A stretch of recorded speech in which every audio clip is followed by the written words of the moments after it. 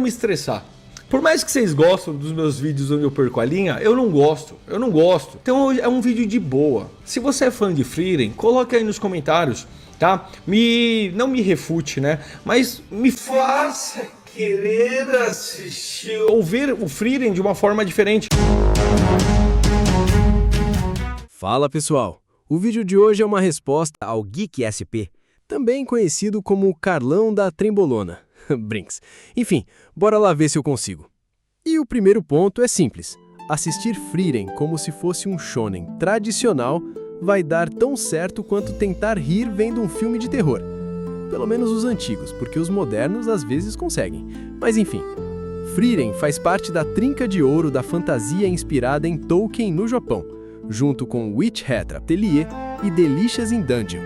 Inclusive, foi engraçado porque alguns fãs de Frieren falaram que o Witch Hat estava tentando copiar Frieren, sendo que o mangá de Witch Hat é de 2016 e o de Frieren é de 2020. Mas a autora levou isso numa boa.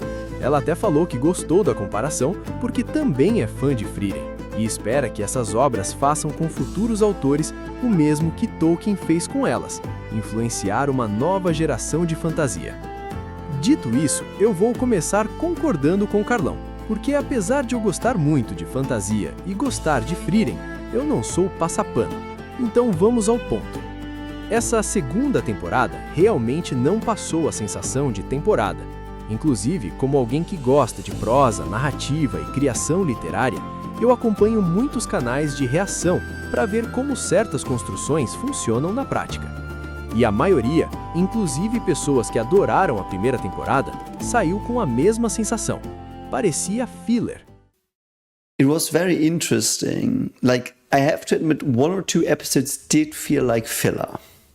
And I did not have that in season 1.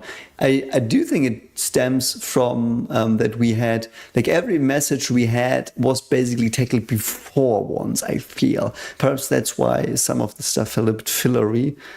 Honestly, kind of had started losing me, you know, at the middle of the show, around the middle of the show of this season. It was starting to lose me. I'm like, this show is... I love this show, season 1 I loved, but this season it's not really doing it for me, but they pulled me right back in. Fuck. I'm excited now, honestly. I'm being for real, like I probably wouldn't recommend this season to anyone if it was only the first part of the season. E o problema, na minha visão, é simples. Esses 10 episódios não funcionam como um arco narrativo fechado. Tudo o que é apresentado nos primeiros episódios, o demônio curioso por humanos, o herói do sul, vários detalhes espalhados, funciona como foreshadowing para o arco da Terra Dourada. Tudo isso foi armado para payoff depois. Aí você tenta encerrar essa temporada usando uma passagem de bastão do Himmel para Frieren e simplesmente não funciona. E os próprios roteiristas pareciam saber disso, porque eles colocam no final uma prévia enorme do próximo arco, quase prometendo: calma, não é só isso. E isso não seria necessário se essa temporada se sustentasse sozinha. Pode ser até consequência dos hiatos absurdos do mangá. Se somar todas as pausas, acho que já passou de 1 ano parado. Agora, sobre a sensação de banalização do Himmel, eu acho que isso também é real, mas por um motivo bem específico. O arco narrativo dele já foi concluído na primeira temporada. O arco do Himmel começa com a gente tentando entender por que uma história gira em torno de alguém que já morreu. E ele termina com a Frieren entendendo melhor o tempo, arrependimento, legado e o que realmente importa na jornada da vida. A grande sacada é que o legado do Himmel não foi construído por grandes momentos épicos isolados. Foi o esforço diário, as pequenas atitudes, o hábito constante de agir com bondade e caráter. E isso fecha perfeitamente o arco dele. Sério, 10 de 10. Só que depois que um arco é concluído, continuar insistindo nele gera outro efeito. E isso ficou muito claro vendo as reações da galera. Na primeira temporada, toda vez que o Himmel aparecia era tipo, caramba, quero ver mais desse cara. Já nessa segunda parte, começaram os comentários de, tá, a gente já entendeu, ele é perfeito. Lá vem o Himmel com outra frase sábia. Porque esse é o efeito de continuar explorando demais um arco já encerrado. Começa a surgir a sensação de, por que você ainda está me mostrando isso? Agora que eu coloquei os pontos em que eu concordo com o Carlão, chegou a hora de tentar fazer ele mudar de ideia. E aqui entram spoilers do mangá. Então, vocês estão avisados. Vamos lá. Agora, resumindo o que ainda existe no mangá de Frieren. O final da temporada nos deixa no início do arco da Terra Dourada, que praticamente encerra a questão dos Sábios da Destruição, porque até aquele momento, o Macht é o último grande demônio desse grupo ainda vivo, já que a Frieren matou a Aura anteriormente. Depois disso, a história entra em um arco que sinceramente poderia muito bem se chamar De Volta para o Futuro. E eu tenho quase certeza que a autora é fã do filme porque todas as regras de viagem no tempo usadas ali funcionam exatamente como no filme. Inclusive, se eu não estiver enganado, tem uma parte em que a própria Frieren fala algo do tipo: preciso ir de volta para o futuro. E esse arco funciona como um fechamento emocional muito importante para Frieren em relação ao trauma dela com o Himmel. Não vou entrar em spoilers pesados aqui, mas o ponto é que depois disso até os flashbacks com o Himmel diminuem bastante, porque a Frieren meio que sai daquela prisão emocional de viver apenas tentando reviver lembranças da antiga jornada. Ela começa finalmente a viver o presente, e isso fica muito claro quando ela percebe o quanto se conectou com a Fern e o Stark. Tem até uma cena muito boa em que um personagem avisa que pode dar problema sério mesmo, envolvendo humanos, não demônios, e a Frieren simplesmente responde algo na linha de "tá tudo bem", porque se for necessário proteger a Fern e o Stark, ela vai tocar o terror. E ela fala isso com aquela expressão clássica de Frieren em modo Slayer. Ali você percebe o quanto ela realmente já se importa com os dois. Agora, sobre o ritmo da série, eu realmente acho que a obra evolui muito a partir do arco da Terra Dourada, porque até então, Frieren ainda estava presa num grande arco de memória. A protagonista já derrotou o boss final da história antes mesmo do anime começar, e parecendo ser a personagem mais poderosa daquele mundo, sem mais desafios a enfrentar. Então, boa parte da narrativa inicial gira em torno dela, buscando lembranças e entendendo o passado. Mas já no arco da Terra Dourada, através do Herói do Sul e do Demônio Vidente, a linha principal da trama avança de uma forma bem interessante, criando novas possibilidades para o futuro da história. Mistérios aparecem, perguntas maiores surgem.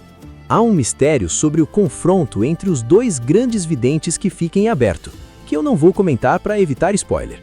Isso continua no arco De Volta para o Futuro, que começa a expandir mais a trama do presente, e não apenas as lembranças do passado como vínhamos acompanhando. E quando chegamos na capital do Império Mágico, legado deixado pela Flamme, aí a história entra totalmente no aqui e agora. Uma coisa engraçada é que finalmente entendemos por que existem tantos grimórios ridículos espalhados. Nesse império de magia, o sonho de Flamme virou realidade. A magia se tornou banal, contrariando a visão de Zeri sobre a magia. Tem magia para tudo lá. Magia para criança brincar, magia para tarefas simples, magia para qualquer coisa que você consiga imaginar. E a obra começa a expandir muito melhor o sistema de magia e a forma como as classes guerreiro, assassino, clérigo, mago e herói interagem no mundo de Frieren. Você descobre qual era a verdadeira graça da Zeri e entende por que tantos magos aceitavam o risco de morrer tentando obtê-la. Também descobrimos que dentro do Império, além da polícia mágica, existem assassinos especializados em caçar magos, e inclusive a própria Frieren quase vai de base para um deles. E o mais assustador? Ele já era aposentado. Se não fossem a Fern e o Stark, a Frieren provavelmente teria ido ali. E outra coisa, mas isso aqui já é mais teoria minha. Eu acho que Aureole foi um bait e que a história não vai terminar com a Frieren simplesmente chegando lá para conversar com o Himen. Pelo desenvolvimento da trama principal, parece que o foco real está caminhando para outro lugar. Enfim, se o estúdio tivesse adaptado uma temporada inteira, incluindo o arco da Terra Dourada, e deixado o Divine Revolt com o mesmo impacto que o Lugner teve na primeira temporada, eu sinceramente acho que muita gente estaria dizendo agora que essa temporada superou a primeira. Mas do jeito que ficou só com esses 10 episódios, realmente passou a sensação de filler.